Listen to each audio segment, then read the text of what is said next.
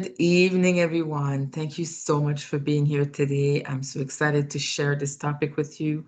My name is Soledad, but Soul is my little name. And I am the founder of Differently with Soul. And today is the third free seminar this summer. I've done one in May, did one in June, we are in July, and there's number 4 in August coming to a really good topic. So today, I just wanted you to sit back and just hear my point of view. I'm not saying that it's all that you need to know, but I want you to consider this point of view as we go forward into this presentation. Okay. So I will share my screen in a second. Share.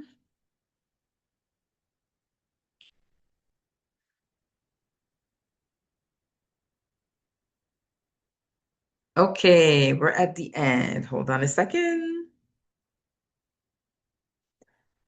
I'll set it up.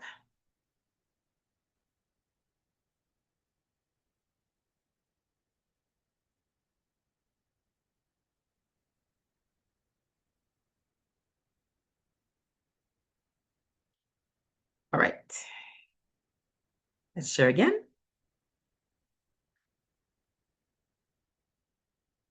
All right. I will.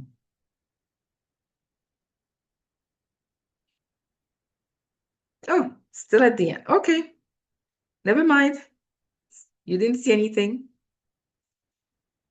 Okay, I will start here. And I just want to make sure if you can show me with a yay or a nay in the chat that you can see my slides, that would be great. Just going to wait for a quick confirmation.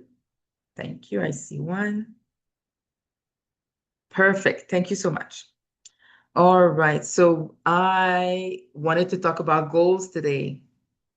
Formulating SLP goals.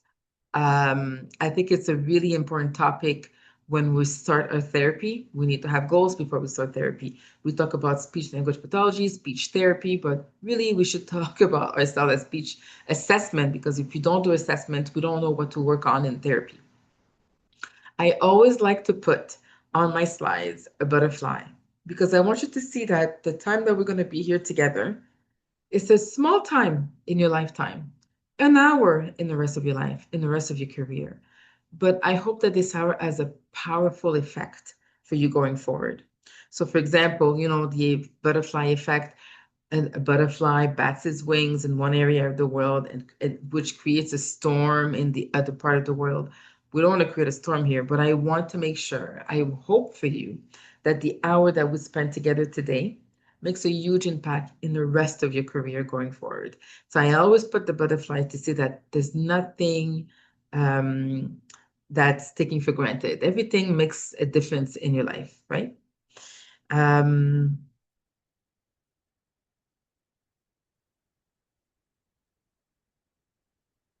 Okay, so goals. So many goals. People call them all different things. You can be long-term goals, short-term goals. It could be outcomes. It could be all the different words that we use here. But really, at the end of the day, it's a way to plan what we're going to do in our sessions.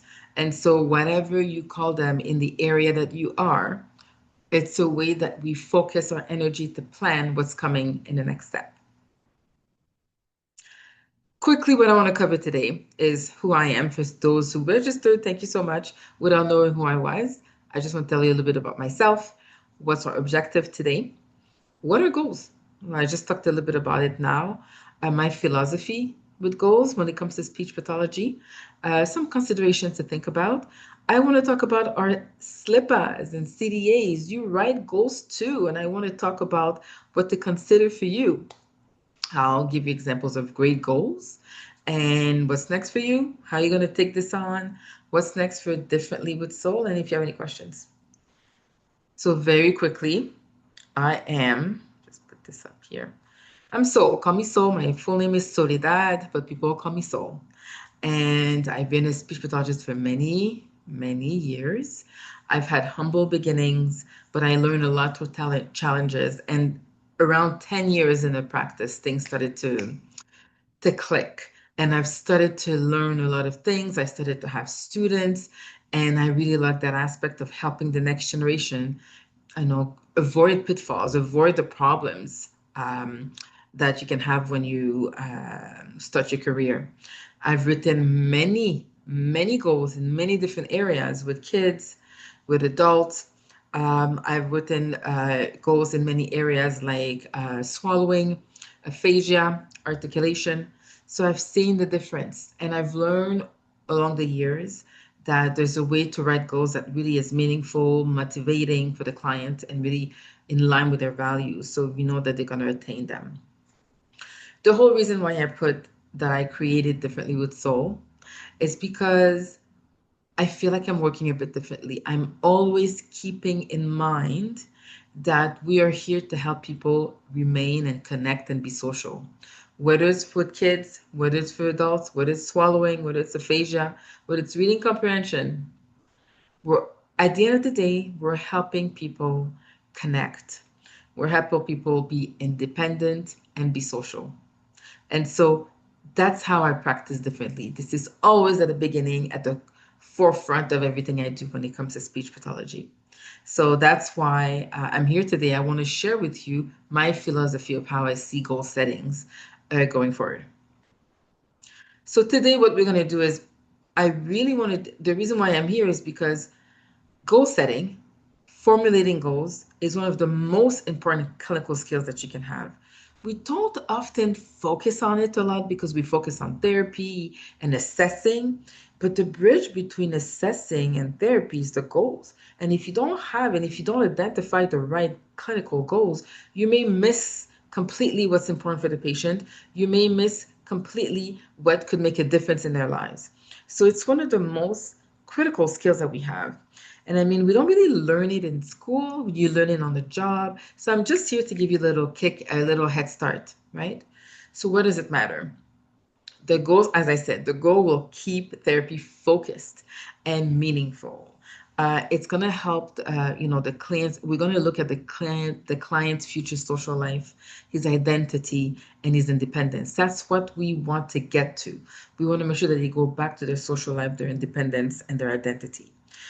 And the way I will say it here is that if you don't have a goal, it's like therapy is like a puzzle without the picture on the box. So you're just gonna fiddle with all the pieces, try to put things together, but you don't have a target. And so that's why we need to spend time for assessment, time for goals, right? So that's why we're here. So my philosophy and what matters, I started touching about it already. I'm ahead of my slides. So I realized really early on that at the end of the day, when I do speech pathology, it's human connection. We SLPAs, CDAs, SLPs, SLTs, however you call yourself in a world of speech pathology, we have the privilege to help people regain human connection. It doesn't sound, when you have a kid that doesn't that has a lisp and can't speak, it feels very far, but actually it's very connected. Our job is to help people with human connection, and our job is to, and our responsibility and our role is to find a way to get there with their impairments while they have an impairment. Um, we do it with all three things. First, we need to educate. Then we need to look at remediate or recovery and compensation. All three are valid. Sometimes your therapy is only education. Sometimes your therapy is only compensation. Sometimes your therapy is just remediation. Sometimes it's all three. All are valid. But to identify these components, you need to set goals. You need to know after your assessment if that's what they need. But usually my therapy is always around education, compensation, remediation. Educate, compensate, remediate. I want to give you an example of a kid. When I was working with a child on articulation, not pronouncing his S properly and his Z properly, I'm talking to the mom while I'm switching activity, and I'm like, oh, so how is he doing in school? Oh, well, he's not really doing well because nobody can understand him in a schoolyard because he doesn't speak right. It just hit me. I'm like, my role here is not just to work on S and Z. My role is for him to make connections so he's understood well enough to make connections with friends in the in the schoolyard. And so everything leads to that. I didn't really realize at the very beginning that just doing Artic, just doing reading comprehension, just doing those things The kids need that to make friends. What if you're trying to, make a maquette or like put something together, and people have to read the instruction, and you have to read the instructions, and you have reading comprehension problem, or you have dyslexia, or you have some problems reading, you can't do it. You can't participate in the activity. So anything that we do in our field is to get for people, it's for people to connect.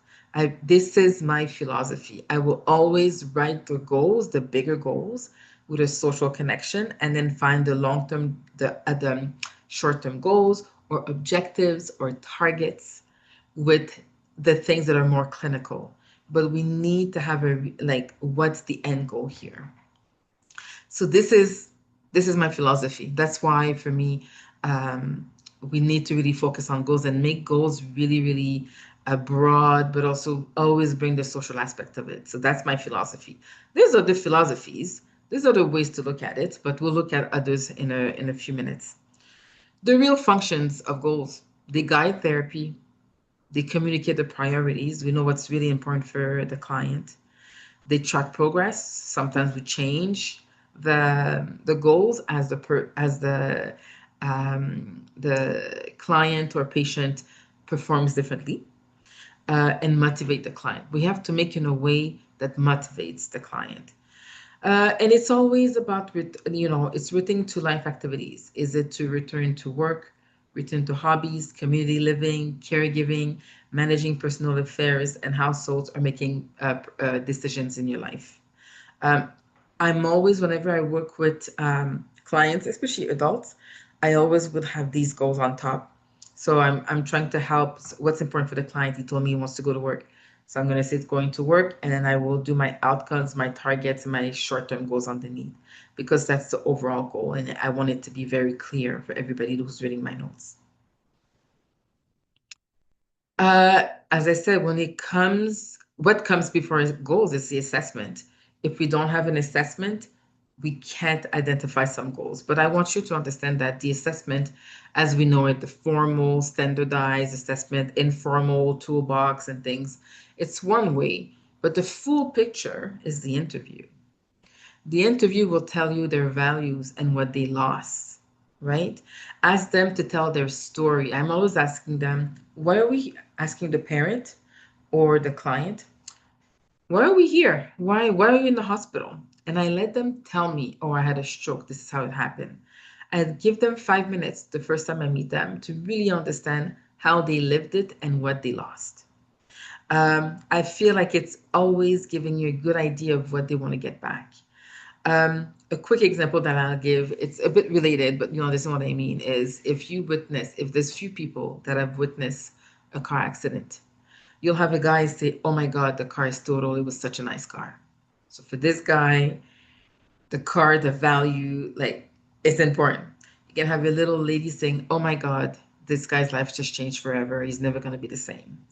So that's for this lady, the impact of the car accident is on the future life. And then you're going to have another person say, oh my God, at least he's alive. He didn't die. His family's going to be so happy. And then you see another focus. So just 3 people watching the same accident are looking at it with 3 different values and perspective. And so it tells you what's valuable and what's important in their lives. So when I ask people, why are you here? Why are you in a hospital? Why did you come in my office? I just want them to speak. And the words that they use, the way they say the story will reveal the values and what I need to work on, right? And so if somebody comes to you and says, I want to call my daughter without frustration because I can't speak properly. It's to gain the confidence. It's to being able to see a message quickly. So then we're going to look at that in a very different way in therapy, right? I want to put this again here. It's something that's really important for me when I do therapy and also looking at the goals, is what we talked about before: educate, remediate, compensate. Educate is understand how things work, what was lost and what is possible. It's very important to say what is possible, because some people think, oh, I can't eat, you're going to make me eat. I can't do this, you're going to make me do this. No, I have to let people know what's possible in the realm of what we know in the medical and clinical science, right? So sometimes the education is very important. So that's often a goal for me, in all the goals that I do is to educate about what the challenges are and what's possible. Remediate, our goal is always to regain the function as it was before, pre-injury, pre-hospitalization, or to improve it to like normal targets. That's always the goal. That's always the goal. But on top of it, because sometimes we don't know if we're going to get there, we always compensate at the same time. So there's always an element of 3 in my goals for every patient, every client, every kid. Always a little bit of both. Because the compensation is going to help you talk now, help you fix the issue now.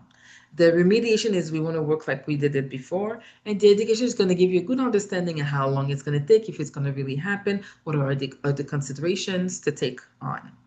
And so I like to talk about 3. That's why I put it here, because good goals let you do all 3. If you address those 3 things, my philosophy, if you address those 3 things, the patient feels supported in their journey and in their motivation to do therapy.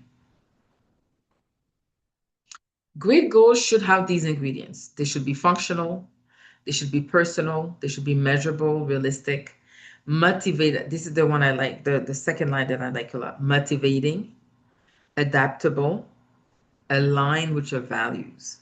If they're not aligned with your values, if we did not take the time to ask and to reveal the values, we're gonna sidebar this. We're never gonna be able to really help the patient.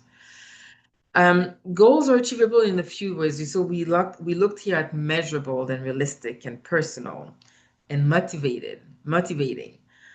We can look at numbers. When we are measuring goals, 80% of the time he will do such a target. But we could also look at satisfaction for the patient. Are they satisfied with their production? Are they satisfied with their reading skills? Are they satisfied with their swallowing skills? Are they satisfied with using a communication book or a memory book if they have cognitive communication difficulties? Satisfaction of the patient is also a good way to measure if we reach the goal. We can't deny it, especially with aphasia. Sometimes it's not about regaining all your skills. It's about finding peace and quality of life again and really understanding what's going on.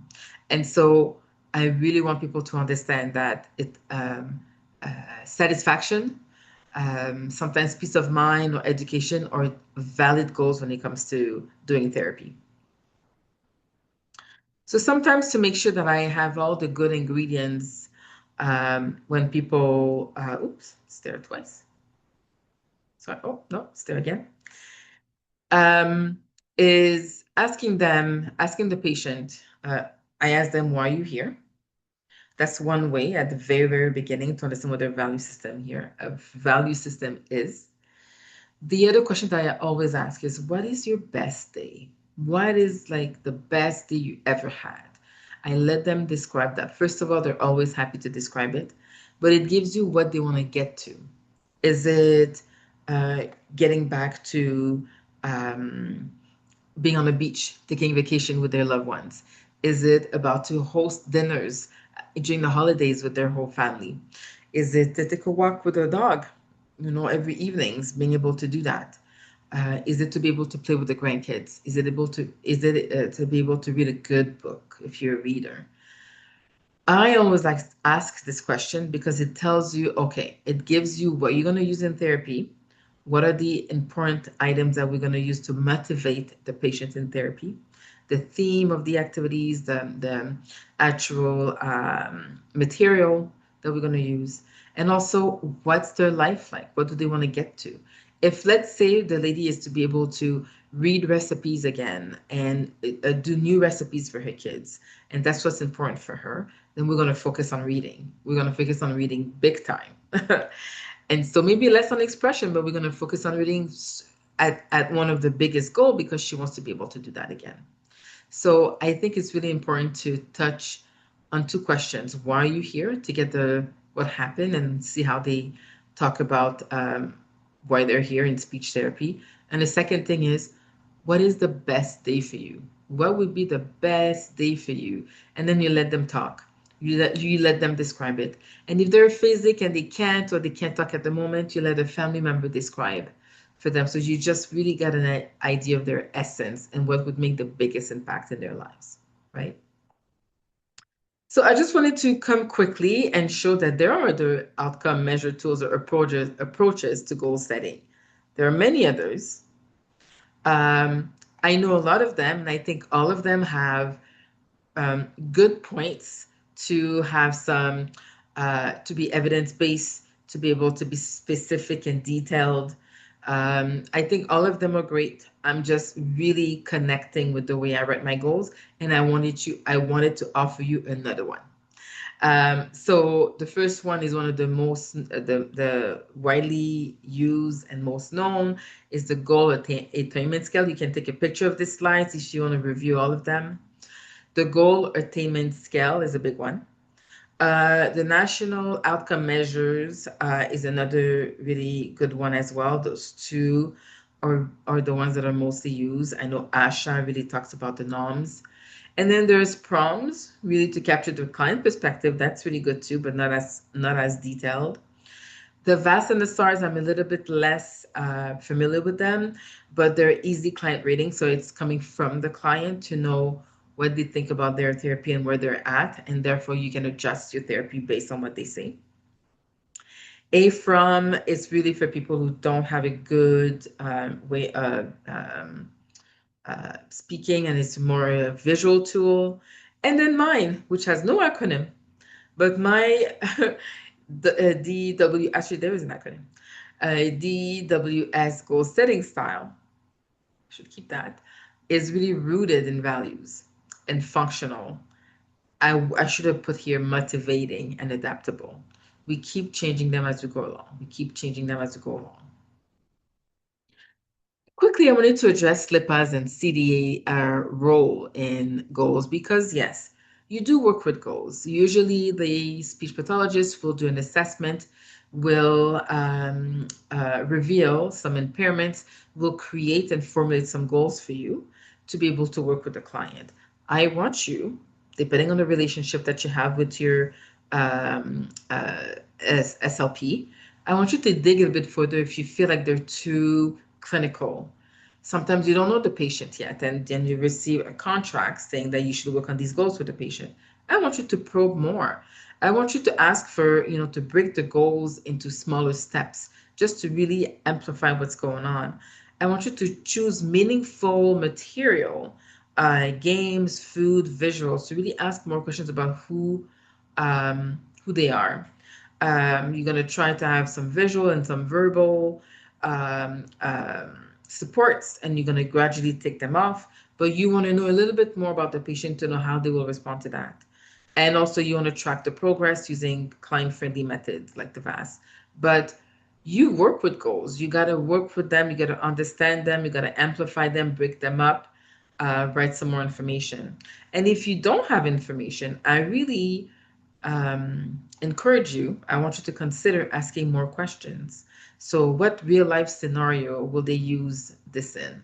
So you're asking the SLP, okay, you want me to work on reading comprehension. Are they readers? Do they read novels? Is it just, for personal affairs and tax purposes or medication purposes? Like, give me more so I can use those tools in our session. What would success look like? What do they really want? Is it that you ask the client or you ask the speech pathologist? I just want you to probe and to feel comfortable probing, because the more clear your goals are in terms of their values and what they really like, the easier it is for you to find purposeful supports, activities, material, and to keep them connected to the goal. How can we make it fun and relevant? Like this could be a discussion with the SLP. Can we adapt visual prompts to match their interests? So you see what I'm getting at. I'm getting at, you get some goals, you dig, make them ask way more questions than you get to make sure that you get to the measurable, the motivating, the functional, the realistic. Don't be afraid to ask for more information in that area. So it makes your job easier, basically, makes your job easier. Okay, I'm just going to check for time quickly. We're doing good time. So I just wanted to show you some examples by population. of goals that I'm talking about when I talk about formulating goals. So if you have a child you're working on articulation, you can put in your report increase S sound, but really it's really because you want him to be understood with his friends. So you could put being understood increases comprehensibility, intelligibility to be able to connect with friends, and then put we'll work on S sound, we'll work on na na na na na na. But just overall, let's just put somewhere in the report what's the biggest goal, or and like that you can, and then it will guide therapy, because then you'll be able to do activities that could probably um, do scripts about how to connect with his friends with S words. I'm just thinking out loud right now, but you can help him get there. You can help him being understood with his friends just with S sound activities, right? With somebody with autism, you want to work on greetings. I think this one people understand more because we know that we're always here to for social communications. I think that's more understood, that there's a bigger role than just work on greetings in a therapy session. We always want to put them in context. This is something very pragmatic, social skills. So we need the context. But again, you need to know what his interests are. You need to know what mom says that he spends a lot of time with, what he's curious about, and you use those activities, those supports of interest to motivate him in therapy. So there's always a little bit more that you want to know about the client to really make those goals very salient and personal and motivating. I keep saying the word motivating. Swallowing is to tolerate liquids, to be able to eat, to be able to drink liquids again. But at the end of the day, why is it important for the person? Not because it's not just because that's what I used to do before. There's always something. Oh, I usually drink coffee with the family in the morning. I have a client right now that she wants to drink. She's really focused on drinking. She has a feeding tube right now, but she just wants to have a gin and tonic with her husband every night. And that's the focus. The whole family is focused on the gin and tonic. Obviously, we focused on education, remediation, and compensation. So we're looking at a lot of different things to see how we can help her have the feeling of having gin and tonic every night with her husband. So I just want people to understand that that's the end goal. She's always saying she wants to eat, but when I offer her something to eat, she doesn't really want it. All she wants is to go downstairs and be social in a cafeteria. That's what she wants to eat, because most people are there in the cafeteria. Anyways, I digress. I go on, but I hope you can grasp what I really want to talk about here. It's not just about the clinical. You have to tie it to why they want it. And so we do a lot for her for gin and tonic. Another example, TBI, aphasia, that's where we have a lot of leeway. I don't want to say leeway. If somebody's quite aphasic, there's a lot of different goals that you can target. Reading comprehension, listening, reading, right? There's so much. I recently was working with one of my clients who's quite aphasic in all these areas. And I kept seeing around his room basketballs and a card about and with basketball players. And I'm like, what's going on here? And I'm like, oh, he's a basketball player. I'm like, duh. I just clued in. And then I read a card. And maybe I shouldn't have read it, but I read a card on his desk that said, you will play basketball again. I'm like, okay, change everything for me. Everything I'm going to do from now on is going to be about basketball. I love basketball, so it's not a big issue, but I need to bring him there to be able to talk about it. I need to ask his partner a little bit more about how much basketball was he watching the news? Was he had fantasy basketball? Was he playing every week, or was he going to games? So I can bring all these elements in our aphasia therapy. And so to motivate him a little bit more and see if we can help him get closer to basketball with his aphasia. And so when we're talking here, an example here on the slide is that we want the person to have more words to be able to do small sentences. Yes, we want them to improve their verbal skills, but for what reason? Maybe for this person, ordering food independently is what's important. I did once work with somebody in a rehab, and we were working on formulating sentences. He was always looking for his words and not knowing how to put sentences together. And in the middle of the session, his wife went down to Tim's to go get something. And he said, that's the thing. I used to go all the time before this. It used to be the thing I used to do with my wife. I go pick up the Tim's. And I was like, I don't because I can't speak. I'm going to get nervous. I said, you can't tell me this and let this go by. I'm like, this is it. Our therapy is all about ordering food at Tim's. So I was working weekend on this hospital, so I didn't see him a lot. But when I was there, I think I saw him 3 times. At the end, we went down. We had a script. We recognized the script. We looked, what if she asked you this? What if she asked you that? What are you going to say? We went down and he ordered his stuff. And he was very happy about it. So go straight to what's going to make a huge impact in his life. That's another way to prioritize the goals. If it's going to make the biggest impact in his life, to be independent. That's the thing. He was always waiting for his wife, for her to go get something at Tim's, but now he could go on his own. He didn't have to wait for her. So that was the win in that, and making sure that the goals was very specific to him. AEC, yes, another population that we all also have to look at, making sure the goals and the goals to use their device is very specific, so we know how to set up the device, right? For example, if my client loves basketball, there better be a page about basketball on this device.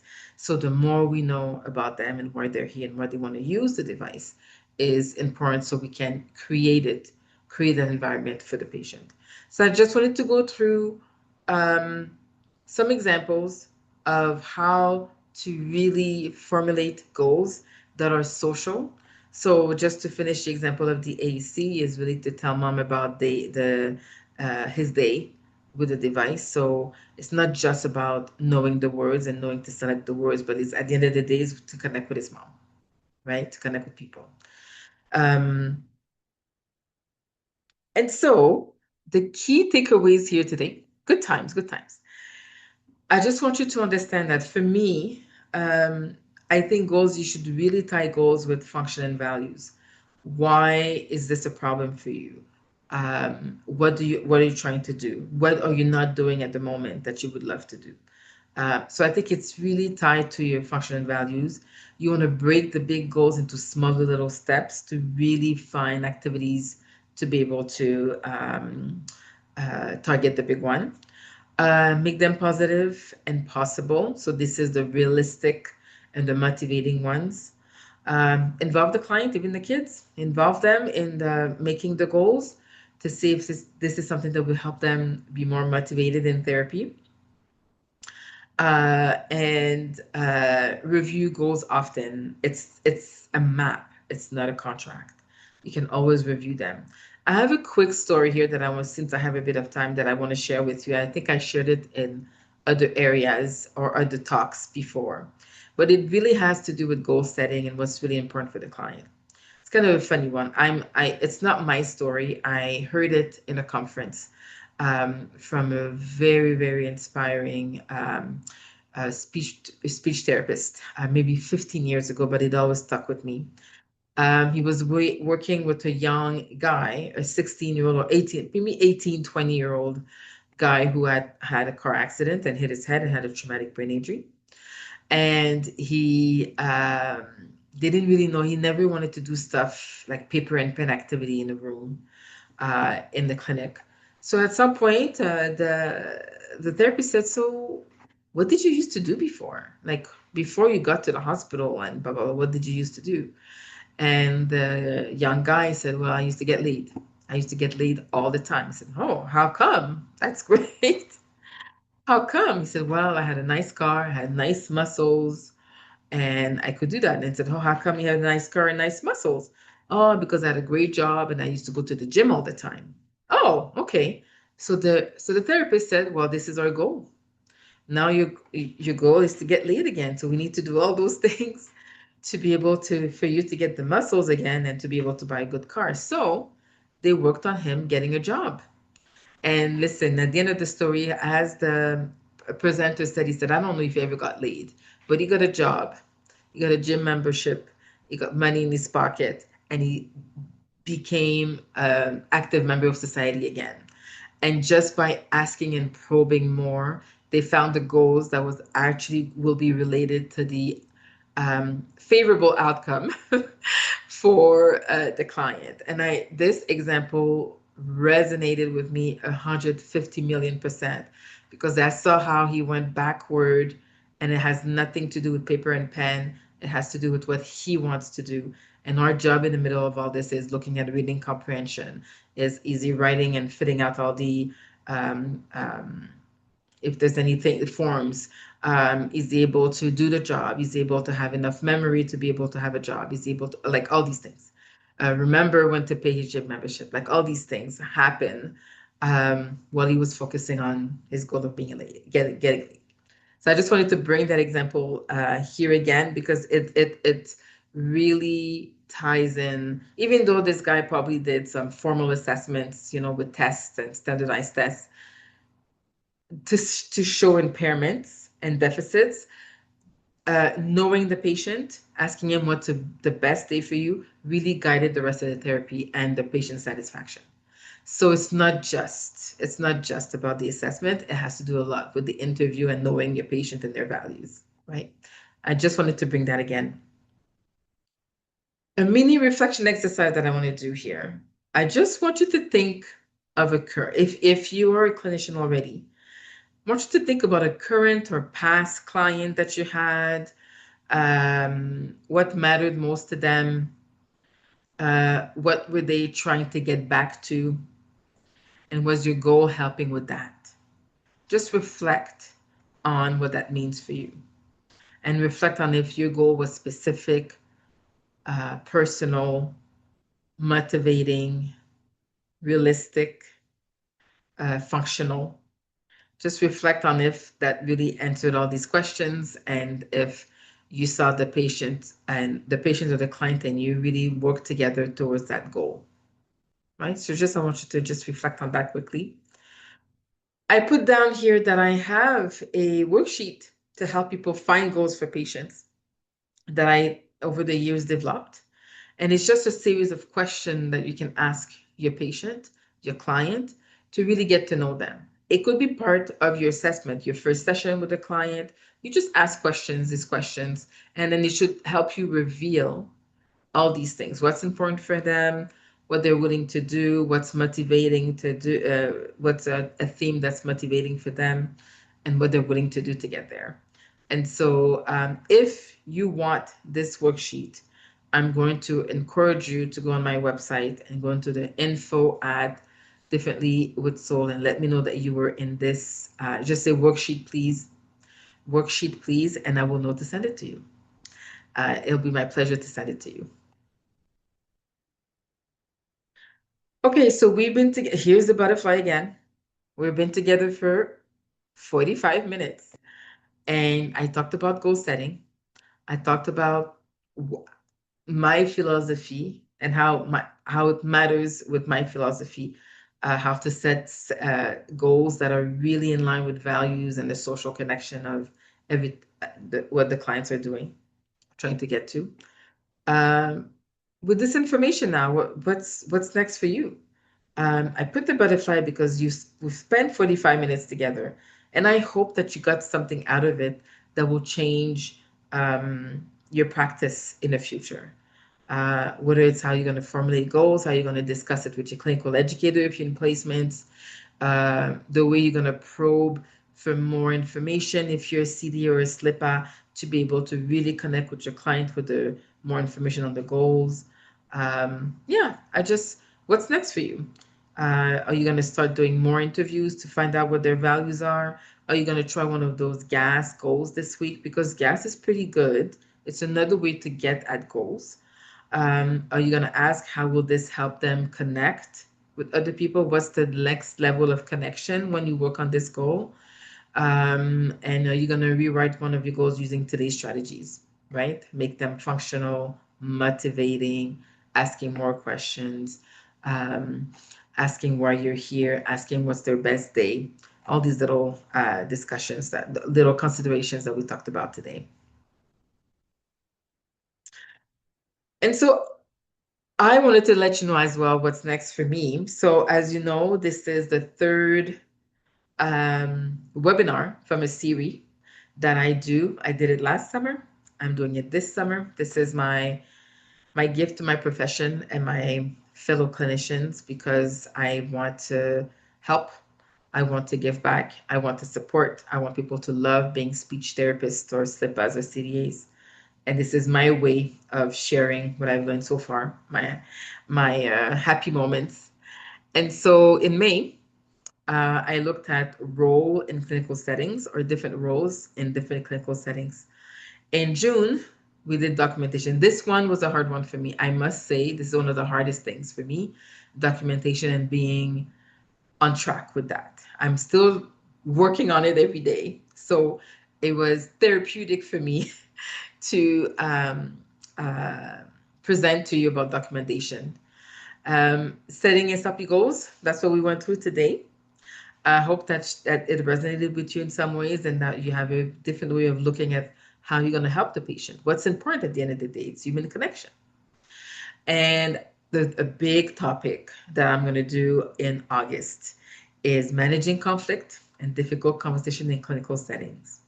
Guys, they don't tell, like, school doesn't prepare you for the amount of counseling we do in our work.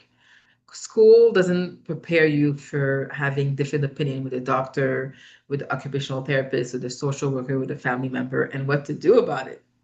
School doesn't prepare you for the amount of management of these ideas and how to be a respectful participant in those things, and really seeing who are you interacting with.